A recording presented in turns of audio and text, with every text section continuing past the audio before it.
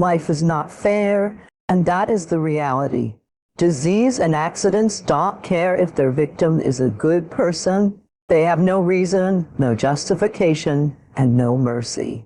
You cannot stop it. So what do? Life's not easy. It is not. Don't try to make it that way.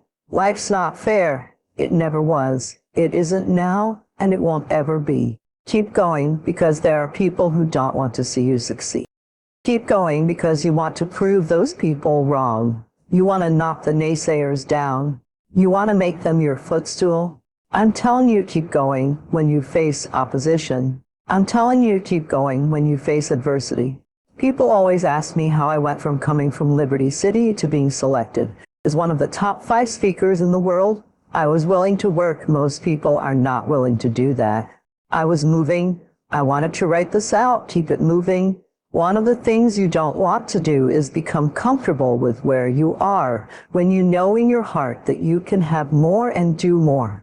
There's a life for you beyond survival, and I just felt that I could do more. I say step up, be the one people look to, absorb the impact and the negativity. No matter what is happening, no matter how hard the fight is, as long as you keep fighting, you win. The only surrender is defeat, the only quitting is the end. So fight. Sometimes you'll feel like you just don't have it anymore. You must reconnect with your possibilities. It's time for us to rise again. It's time for you to rise up and make that first step. It's time for you to start grinding so that you can make it happen. We've got eyes on you, and I'm telling you greatness is here. You can be and do whatever you want, and nobody can stop you. Dostoevsky said in Notes from the Underground, a great book, that if people were given everything they wanted, cake to eat, and nothing to do but sit in warm pools and busy themselves with the continuation of the species, the first thing they'd do, maybe after the first week, would be to go half insane and smash everything up, just so something unexpected would happen, and they'd have something interesting to do, just so something unexpected would happen, and they'd have something interesting to do. It's so true. The utopian notion that if you had all the material stuff you wanted, you'd be content is misguided. What would you do with all that? Sit on the couch and watch TV. You'd find ways to entertain yourself, perhaps in destructive ways. We're not adapted for security and utopia. We're adapted for a certain amount of security because we are vulnerable. Mostly we want to have one foot in the unknown. That's where you're alert, alive, and tense. I believe this has something to do with the hemispheric structure of the brain. The right hemisphere seems adapted to the unknown, while the left hemisphere is adapted to the known. The ideal place is halfway between them, because then you can tell what's so cool and recognize reality as it manifests. That sense of active engagement you have in the world when things are working well for you, where you should be, at the right time, alert and on top of things, with a reduced sense of time and the tragedy of life receding. That's when you've got one foot in security and one foot in the unknown. Your brain signals that you're in the right place by making what you're doing meaningful. This sense of meaning is a neurophysiological signal that the forces of the cosmos are balanced within you at that moment, which is why it feels so good. Now, what else could it possibly be? Our brain is capable of looking beyond our vision. That's what it's for. And that sense of engagement, there's no reason to assume that it's anything but a real signal.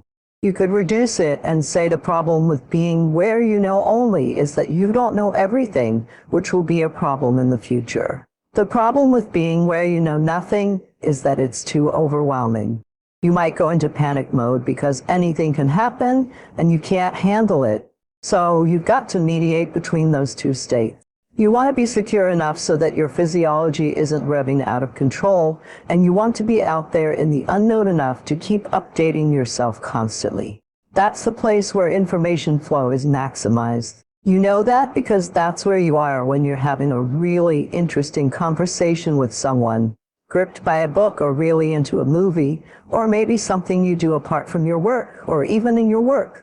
You're into it because you're in the right place at the right time, and your whole nervous system is signaling that to you. I would say that's the sort of place you should be all the time. Of course, you can't be there all the time because no one is perfect, but it's a recreation of paradise on earth. It's something like it because you're in the right place at the right time when that happens. I think people's relationship with time is crucial. We talk about relationships with people. How's your relationship with your kids, your spouse, your parents? But we rarely discuss a relationship with money and time. Your relationship with time is a key component of your life. When you're caught in a routine, time goes quickly. When you understand that you might have only 28 summers left, and if you want to get as much as possible out of life, it creates a tremendous sense of urgency. The fear goes away because you realize that nobody on the planet will be here in 100 years. Do you care what someone thinks? They won't be here in 100 years, so why would you take the chance? It's just so liberating. I stopped writing because I'm so aware of it. There's not a day that goes by when my head hits the pillow that I don't ask myself if I maximize the day. Am I aware of my mortality? It might sound depressing, but it's thrilling. It's thrilling. You have to make that decision for yourself. You have to decide whether to pursue a path that will be really hard, difficult, and take many years and sacrifices, or to pursue being a great employee. If you want to be a great employee, remember that you're hired to help someone else achieve their goals. There's nothing wrong with that. But if you don't understand it, you won't be a good employee. Your boss will set a goal for the quarter, and you work hard to help them achieve it. You're part of that team, and that's important. The great thing is, if you're a good employee, you can do very well. It's not the same as being an entrepreneur. You're probably not going to make as much money as you could have as a company founder, but you'll have Saturdays off, Sundays free, and time to go to soccer games with your kids. You'll have a more balanced life, which is often lacking in entrepreneurship. We've talked about love and how to have it in a relationship. One complaint I hear is that people don't feel loved or experience being loved. They're left in a cycle of trying to love themselves first, which is an insular approach. Love is an expression, and the idea that you have to love yourself first doesn't quite add up. What we discovered in my conversation with a client is that they could see when they were being loved, such as when someone says, "I love you." They experienced love in that moment. If you inspect it again, you'll see that when someone says, "I love you," what you're actually present to is your own love for them. If you look in your life, you'll find occasions when people have said, "I love you," and you didn't experience anything. If you have issues with certain people and they say, "I love you," you might feel resentment or upset. This is because you're not in the presence of your own love for that person. What does that tell you? It tells you that love is a generated phenomenon. It's something you do. And it's not an external phenomenon, but rather comes from inside out. You have to be in the presence of your love for others to receive their love. I encourage you to try this out. Get connected to your love for the people in your life, especially in those moments when they say, "I love you." Be present to it and experience it. It's time to do something significant. It's time to get up. It's time to get back into being significant.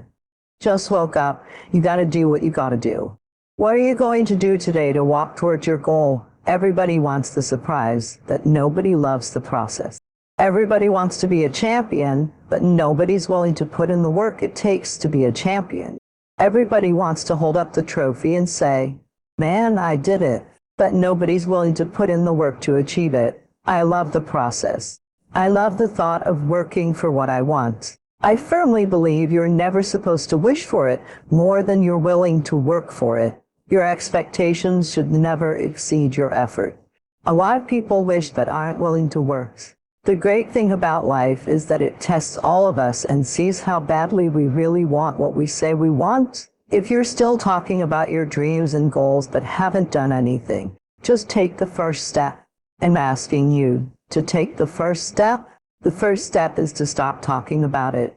The second step is to take one step toward it, and then the next day take another step toward it. When you become the right person, you can make whatever kind of money you want to make, have whatever you want to have, and do whatever you want to do. There are no limitations.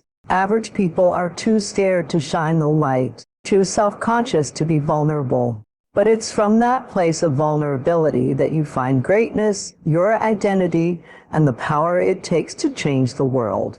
Deep is where the living is.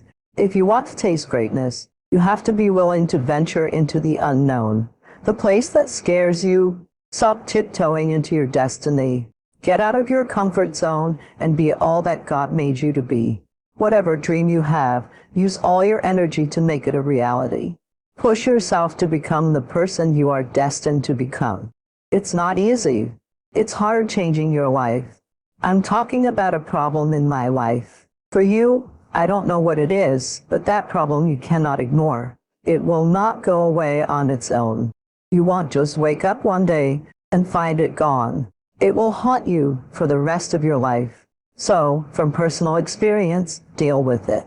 The sooner you deal with it and overcome it, the sooner you get to your rewards. The sooner you get on the other side of it, the sooner you begin to feel fulfillment. On the other side, it's self-actualization. Your dreams become a reality.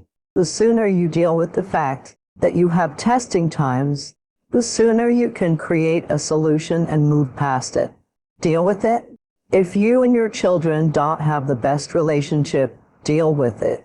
Deal with the fact that you procrastinate. Deal with the fact that it's hard for you to execute.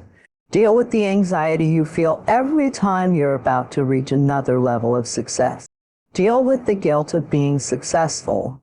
I was sleeping in my office. It was hard just over 3 years ago in the Penobscot building in Detroit, Michigan, where I was operating my business and fell on hard times. It was hard coming into the lobby when the security said, "Excuse me, Mr. Brown, can we see you for a moment?" I walked up to the counter and he gave me an envelope. He said, "Would you mind reading it here?" I opened the envelope, which was from management, saying, "This is an office tower, not a hotel.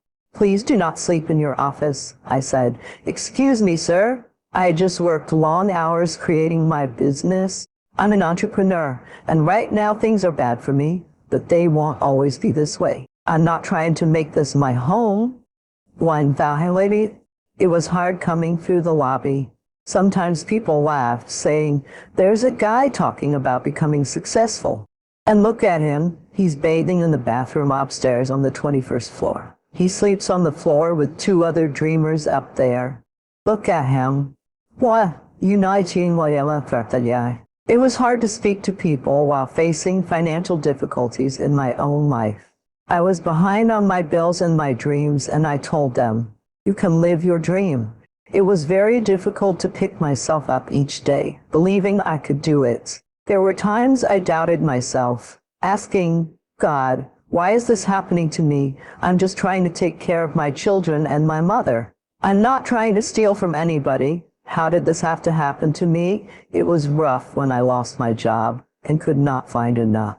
It was humiliating and embarrassing, borrowing money and then not being able to pay it back when I said I would. That's rough, how people look at you, how they respond to you. It's very hard. Here's what I discovered. You will go through things in life, and while you're going through them, you can't understand why it's happening. But after you go through it, you look back and say, "Oh, now I understand why I needed that lesson. I saw that it was preparing me for bigger and better things." Most people want it easy, easy come, easy go. Learning those things you don't like to do, but know you need to, is one of the hoops you have to jump through. I'm saying to you, whatever you have to do, do it. Because if you don't, life is going to whoop you until you surrender. How do you hang in there during the hard, difficult times? You must have faith. You've got to believe in yourself, in your abilities, in your service, in your company, in your ideas, unquestionably. That faith gives you patience. It's not going to happen as quickly as you want it to. A lot of things will catch you off guard. Therefore, you've got to deal with and handle them as they come. That faith and patience drive you into action. You've got to keep moving. Be yourself. Everyone else is taken. This speaks to the power of being an original. It speaks to the concept of authenticity, being yourself. We live in a world where there's never been so much seduction to be like everyone else. So much influence and hypnosis through social media and society to talk in a certain way, to walk in a certain way, to buy certain things, to measure your success by the same philosophy. What I'm encouraging you to do, based on this Oscar Wilde quote, is to be yourself. Talk your talk, walk your walk, reflect on your dream, be true to your own values, because life's greatest heartbreak is self-betrayal. Never underestimate the power of influence. The influence of those around us is so powerful that many times we don't even realize we're being strongly influenced because it generally develops over an extended period.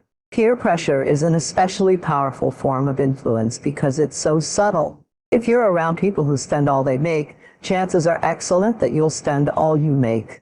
If you're around people who go to more ball games than concerts, chances are excellent that you'll do the same. If you're around people who don't read many books, chances are excellent you won't read many books. People around us can nudge us off course little by little until finally, 10 years from now, we find ourselves asking, how did I get here? Yay. Those subtle influences need to be studied carefully if we really want our lives to turn out the way we've planned. Now, on this major point, let me give you 3 key questions to ask.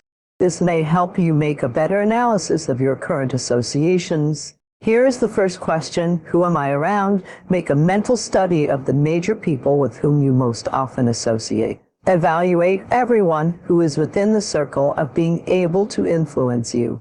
So, major question: who am I around? Bedell. Next question: what are they doing to me?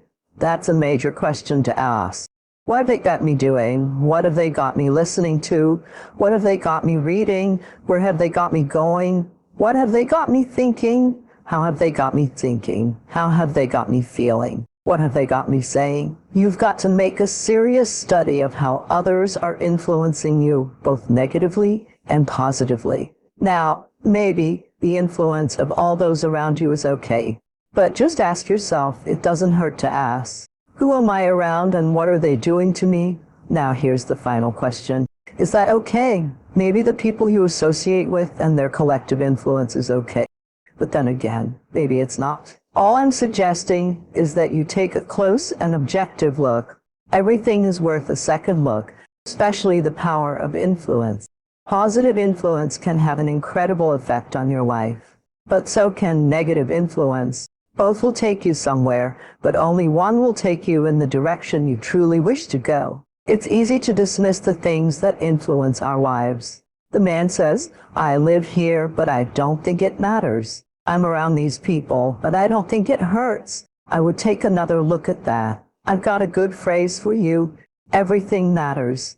Sure, some things matter more than others, but everything matters. Everything weighs something. So you've got to keep checking to find out whether associations are tipping the scales toward the positive or toward the negative. It doesn't hurt to look. Ignorance is never the best policy. Finding out is the best policy. Remember, part of the purpose of this program is to get us to say, the days of kidding myself are over. I really want to know what I have become and what I am becoming. I want to know where my strengths and weaknesses lie, what has power over me, what's influencing me, and what I have allowed to affect my life. A habit is a redundant set of automatic behaviors. Learning how to shorten your refractory period of emotional reactions is where the real work begins. When people experience an event, they often keep recalling it because stress hormones and survival emotions urge them to pay attention to what happened so they can be prepared if it happens again. It turns out that most people spend 70% of their lives living in survival mode and stress. They are always anticipating the worst-case scenario based on past experiences. Out of the infinite potentials in the quantum field, they select the worst possible outcome and begin to emotionally embrace it with fear, conditioning their bodies into a state of fear. Do this enough times, and the body may have a panic attack without warning because it is programmed subconsciously. When you ask someone why they are the way they are, they might say it's because of an event that happened 15 or 20 years ago. Biologically, this means they haven't been able to change since that event. The emotions from the experience give the body and brain a rush of energy, leading people to become addicted to that emotional rush. They use the problems and conditions in their lives to reaffirm their limitations so they can at least feel something. When it comes time to change and you ask why they are this way, every time they recall the event, they produce the same chemistry in their brain and body as if the event is occurring, firing and wiring the same circuits and sending the same emotional signature to the body. The body is the unconscious mind. It doesn't know the difference between the experience creating the emotion and the emotion created by thought alone. The body believes it is living in the same past experience 24/7, 365 days a year. These emotions influence certain thoughts, and those thoughts create the same emotions, keeping the person stuck in the past. The hardest part about change is not making the same choice as the day before. The moment you decide to make a different choice, it will feel uncomfortable. Continually firing and wiring those circuits makes them more hardwired, creating automatic programs. If you have a fearful thought, you will feel anxiety. When you feel anxiety, your brain checks in with your body and confirms the anxiety, leading to more corresponding thoughts. This cycle conditions the body to become the mind. When it comes time to change, a person steps into the river of change and makes a different choice, but they don't feel the same way. The body, accustomed to familiar territory, resists and tries to revert to its known state, influencing the mind with thoughts like "start tomorrow." "You're too much like your mother. You'll never change. This won't work for you. And this doesn't feel right." If you respond to these thoughts as if they are true, you will make the same choices, leading to the same behaviors, experiences, and emotions.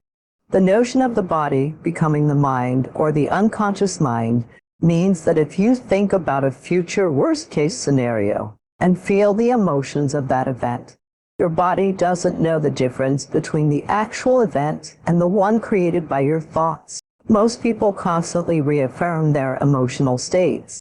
When it comes time to change, they may say they want to, but their body, conditioned to be stronger than their mind, resists. The servant has become the master, and stepping into the unknown feels scary because it is uncertain. People say they can't predict their future in the unknown, but the best way to predict the future is to create it from the unknown. If you are not defined by a vision of the future, you are left with the memories of the past, making your life predictable. Waking up and following the same routines means your environment is controlling how you think and feel unconsciously. Each person, place, and experience has a neurological network in your brain and produces emotions. Some people use their external environment to reaffirm their emotional addictions, needing the outer world to feel something. To change, you must be greater than your environment and the conditions of your world. Meditation helps with this. By sitting down, closing your eyes, and disconnecting from the outer environment, you reduce sensory input to your brain. If you can sit still and tell your body to obey, you become defined by a thought. When your body wants to return to its emotional past, becoming aware of this and settling it back into the present moment tells the body it is no longer the mind and that you are in control. Repeatedly doing this trains the body to obey, liberating energy and freeing yourself from the emotional chains of the past. This process can be predicted on a brain scan. You mentioned the idea of, does your thinking create your environment? Or, does your environment create your thinking? I thought that was really interesting. So, how do we mechanistically start this visualization process of something empowering? Envisioning myself in a different state. My future self, is it meditation? What does that look like? What? If you're not being defined by a vision of the future, you're left with the old memories of the past, making your life predictable. If you wake up in the morning and you're not guided by a vision of the future, you see the same people, go to the same places, and do the same things at the same times. It's no longer your personality creating your personal reality. Now your personal reality is creating your personality. Your environment is controlling how you think and feel unconsciously, because every person, thing, place, and experience has a neurological network in your brain. Every interaction produces an emotion. Some people use their boss to reaffirm their addiction to judgment, their enemy to reaffirm their addiction to hatred, and their friends to reaffirm their addiction to suffering. They need the outer world to feel something. Saying, you must be greater than your environment and the conditions in your world, which are very seductive. Why is meditation the tool? Well, let's sit down, close our eyes, and disconnect from our outer environment. If you're seeing fewer things, there's less stimulation going to your brain. If you're playing soft music or using earplugs, there's less sensory information coming to your brain. So, you're disconnecting from your environment. If you can sit your body down and tell it to stay, like an animal, stay right here. It'll feed you when we're done. You can get up and check your emails. You can do all your texts. But right now you're going to sit and obey me. When you do that properly, and you're not eating, smelling, tasting, experiencing, or feeling anything, you'd agree that you're being defined by a thought, right? So when the body wants to go back to its emotional path, and you become aware that your attention is on that emotion, is where you place your energy. You're siphoning your energy out of the present moment into the past. Becoming aware of that and settling your body back down into the present moment is telling the body that it's no longer the mind, that you are the mind. Your will is becoming greater than the program. If you keep doing this repeatedly, just like training a stallion or a dog, the body will eventually say, I'm going to sit. When the body finally surrenders and is no longer the mind, there's a liberation of energy. We go from particle to wave, from matter to energy, and free ourselves from the chains of those emotions that keep us in the familiar past. We've seen this thousands of times, and we can actually predict it now on a brain scale. Life is not just the passing of time. Life is a collection of experiences, their frequency and intensity. Life is not just watching the clock tick away. Life is a collection of experiences, their intensity and frequency. Love for a job you find joy in is not something you discover. It's not like I found love, here it is, or I found a job I love. That's not how it works. Both of those things require hard work. You're in love because you work very hard every single day of your life to stay in love. You find a job that brings you ultimate joy because you work hard every single day to serve those around you and maintain that joy. It's not a discovery. The problem is a sense of impatience. It's as if an entire generation is standing at the foot of a mountain. They know exactly what they want. They can see the summit. What they can't see is the mountain, this large, immovable object. Life, career, fulfillment, and relationships are journeys. The problem is that this entire generation has an institutionalized sense of impatience. Do they have the patience to go on the journey, to maintain love, to feel fulfilled, or do they just quit and move on to the next job, on to the next relationship? God didn't bring you into this world to be average. God didn't bring you here to wake up, die one day, and just be another person who lived and died without doing anything significant in this world. You're still alive, so therefore, God is not done with you. You're still here. God has a plan for your life and things in mind for you beyond anything you could ever imagine. But you know what I discovered? When you're working at your dream, someone said, the harder the battle, the sweeter the victory. Oh, it's sweet to you. It's good to you. Why? Because when it's hard and there's a struggle, what you become in the process is more important than the dream. That's far more important. The kind of person you become, the character you build, the courage you develop, the faith you manifest. It's something that makes you different. You get up in the morning, look yourself in the mirror, and you're a different kind of person. You walk with a different kind of spirit, and people know that you have embraced life. You know it was hard, but you did it all. The key phrase is, self-protection leads to mediocrity, self-service leads to fortune, self-investment leads to fortune. Look, if you want to get rich, and by rich, I'm not talking about money. I'm talking about a rich life, freedom, time with family, choices, doing what you want, moving where you want, going where you want. My dad died when he was 52 years old. He worked his whole life to provide for 5 kids and his wife. He did his job and then he died. That's not the program I want to be on. Is that the program you want to be on? My dad died having bought his dream house 9 months before he died. He left behind 2 10-year-old boys, one of whom was me, a twin. He never got to enjoy us, and we never got to enjoy him. Why? Because he worked so hard with no concept of freedom. He had a good job, made some money, but was basically imprisoned by the idea that work is hard. There's a bigger dream waiting for you, just waiting for you to step into it. Your life is big. Your life is huge. We spend so much time wanting to be in somebody else's life, and we don't get honored or revered. We don't get celebrated by wanting what somebody else has. That which created you, divine intelligence, dreamed you before your ancestors ever knew they would become your ancestors. That which dreamed the seed of you wants you to know how special, wondrous, mysterious, complex, glorious, and phenomenal you are. And you get no credit for meddling in somebody else's territory or trying to have power over something you have no control over. Another one of my favorite teachings is from The Wizard of Oz, from the Wicked Witch of the West. It says, go away from here because you don't have any power here. You have no power in any territory other than your own. But you are the master of that.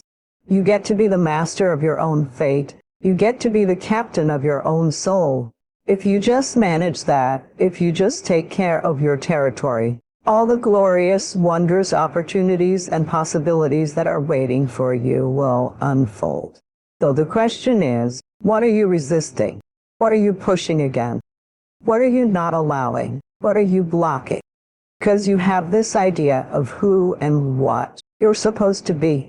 Instead of leaning into the dream that's already been created and waiting for you, it's waiting for you and waiting for you. Second, you embrace it. It doesn't have to be an instant change. It's a shift in the way you see yourself and the power from which you have come. Achieve greatness in little things. Take on difficulties while they are still easy. Do great things while they are still small. The sage does not attempt anything very big and thus achieves greatness. Greatness comes from being in the moment, here, present, in the now. The sage confronts difficulties but never experiences them. This is the idea of thinking small. Finally, I'd like to see you change from this thought. Change from seeing yourself as separate to seeing yourself as connected to everyone and everything in the universe. I read an essay called The Whole Man by Abraham Maslow. Maslow was the first person in the field of psychology to speak about assessing human beings based on what they are capable of doing, rather than what's missing or what's wrong. We shouldn't focus on neurological disorders or psychotic or neurotic behaviors. Instead, we should study the greatest achievers who have walked among us, recognizing that they all came from the same intelligence, to help people find that within themselves. As I read this essay, I was deeply moved. Maslow discussed the qualities or characteristics of what he called self-actualizing people. He said the number one quality of these people, those who live at the apex of self-actualization, who are beyond just meeting biological needs, social needs, and the need for love, is that they are independent of the good opinion of others. They listen to an inner voice. Yes, our physical body is what it is, but we can make choices about it. Yes, our spiritual body, our purpose, our dharma, what we're here for, is also set that we make choices. For example, if you came here to be a great artist, do you pick up a paintbrush and paint because it's in your soul? The second characteristic of self-actualizing people, according to Maslow, is that they are detached from the outcome. They don't do what they do because of the results, such as how much money they'll make, how much prestige they'll gain, or how big their business will grow. What motivates self-actualizing people is their calling.